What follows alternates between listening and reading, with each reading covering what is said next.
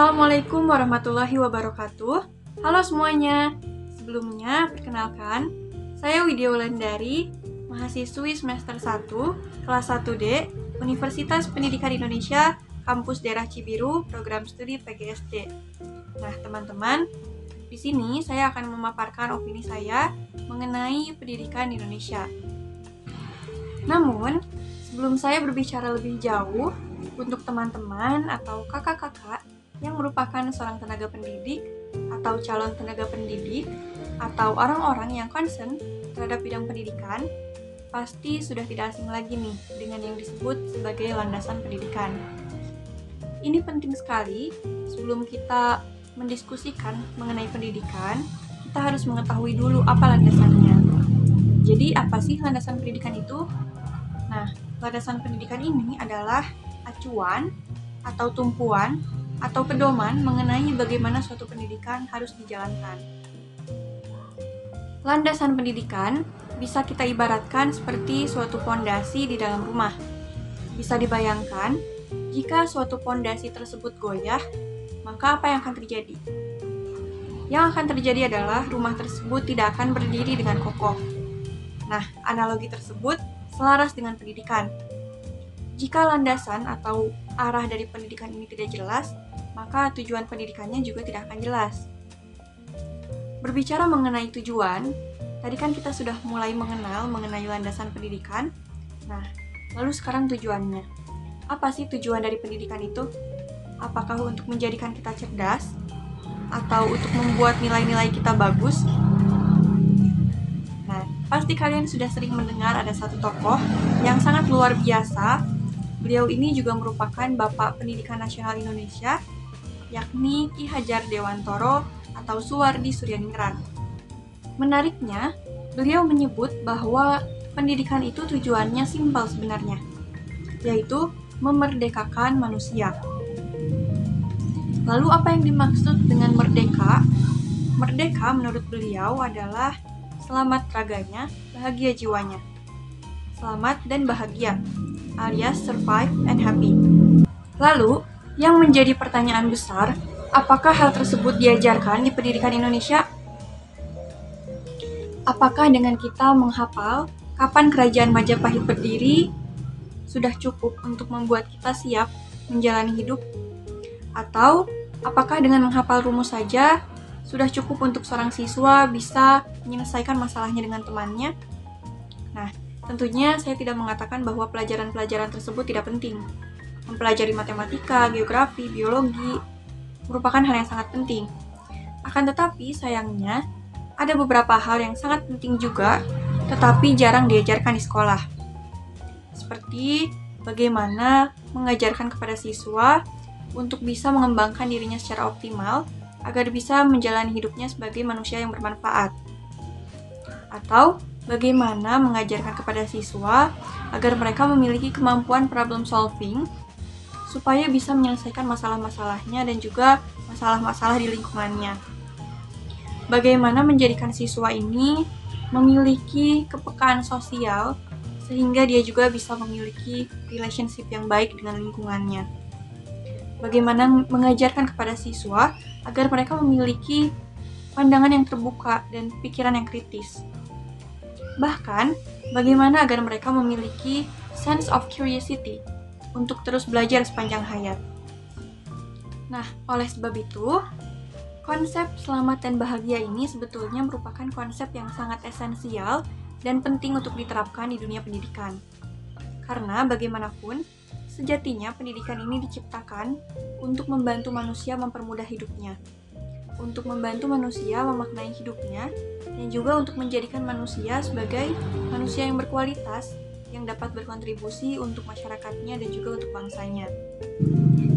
Akan tetapi, pendidikan di Indonesia sayangnya kurang memenuhi tujuan dari pendidikan itu sendiri dan dapat dikatakan kurang aplikatif. Materi-materi pelajaran yang ada di sekolah bisa dikatakan cenderung tidak relevan dengan apa yang dibutuhkan mereka di kehidupan sehari-hari, bahkan di dalam dunia industri. Oleh sebab itu, kita sering nih melihat banyak sarjana yang akhirnya tidak terserap ke dunia kerja. Karena ketika mereka hanya mengikuti pendidikan formal saja, ternyata belum cukup untuk membuat mereka siap bersaing dan juga berkarir.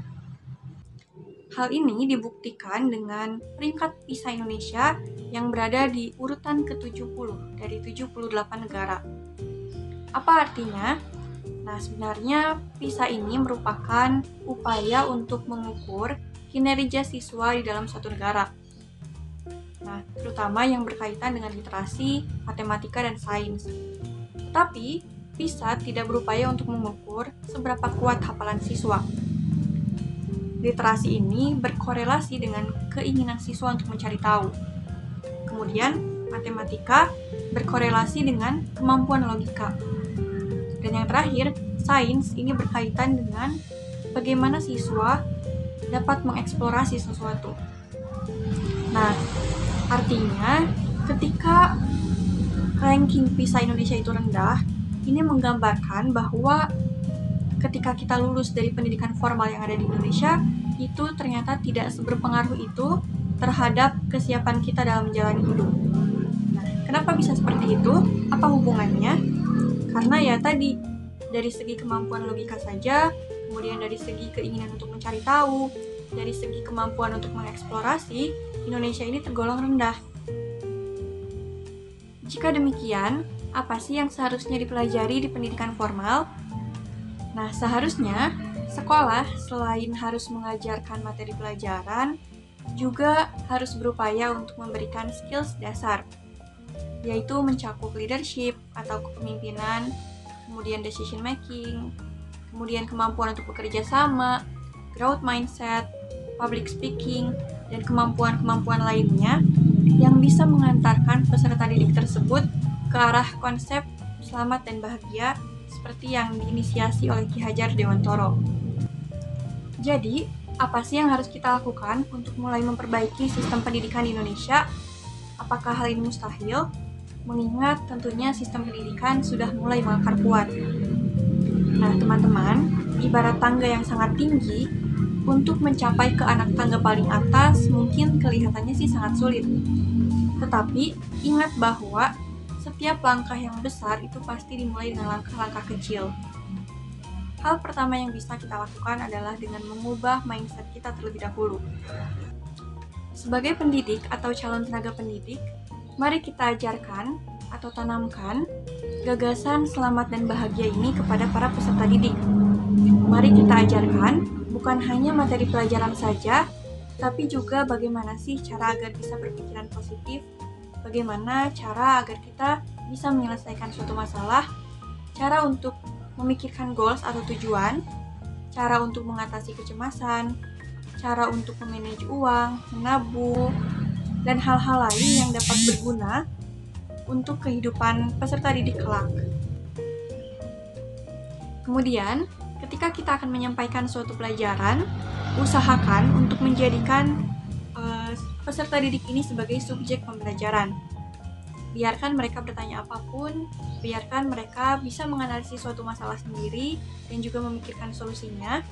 Kemudian ajak mereka untuk langsung ke lapangan atau ke realitanya, bisa dengan mempraktikkan ilmu mereka ke masyarakat, atau bisa juga dengan rutin mengunjungi museum, atau dengan menciptakan suatu proyek bersama-sama. Intinya, lakukanlah kegiatan-kegiatan yang bisa mengasah kemampuan berpikirnya, bukan hanya secara teori tetapi juga secara praktik. Kemudian, kita juga bisa mempelajari sistem pendidikan di negara lain, contohnya di Finlandia. Mereka tidak menjadikan ruang kelas sebagai fokus utama, tetapi menjadikan pendekatan problem solving sebagai tujuan mereka. Nah, selain itu, Finlandia sebagai salah satu negara dengan sistem pendidikan terbaik juga tidak mengajarkan terlalu banyak mata pelajaran kepada siswanya, tapi hanya beberapa saja yang sesuai dengan kebutuhan. Kemudian, dari segi lingkungan juga, lingkungan pendidikan di Finlandia ini lebih bersifat kolaboratif dan bukan kompetitif. Jadi, di sana juga tidak ada sistem ranking, karena yang ditekankan itu adalah kerjasama dan bukan persaingan. Kondisi-kondisi seperti itu di Finlandia menjadikan siswanya bukan hanya pintar secara teori saja, tetapi juga secara praktik dan secara soft skill atau social skills-nya juga sangat bagus. Nah, teman-teman, Itu tadi merupakan gambaran umum mengenai bagaimana kondisi pendidikan Indonesia saat ini, kemudian bagaimana kondisi ideal yang seharusnya ada, dan juga bagaimana solusi yang seharusnya bisa diterapkan. Tetapi memang, problematika yang ada di dunia pendidikan ini seolah tidak akan ada habisnya. Selain itu, solusi yang tadi saya paparkan juga membutuhkan berbagai dukungan dari banyak pihak. Nah, saya dan juga kalian semua tentunya membutuhkan orang-orang yang bisa mengaplikasikan landasan pendidikan yang sesuai untuk Indonesia, memiliki optimisme yang tinggi untuk pendidikan Indonesia yang lebih baik di masa mendatang, yang mampu melahirkan generasi yang unggul, yang bisa berperan aktif untuk memajukan negerinya, dan juga selamat serta bahagia. Dan jangan lupa, Indonesia membutuhkanmu. Merdeka! Mungkin cukup sekian yang bisa saya sampaikan. Terima kasih atas perhatiannya. Mohon maaf apabila ada kesalahan. Wabillahi taufiq wal hidayah. Wassalamualaikum warahmatullahi wabarakatuh.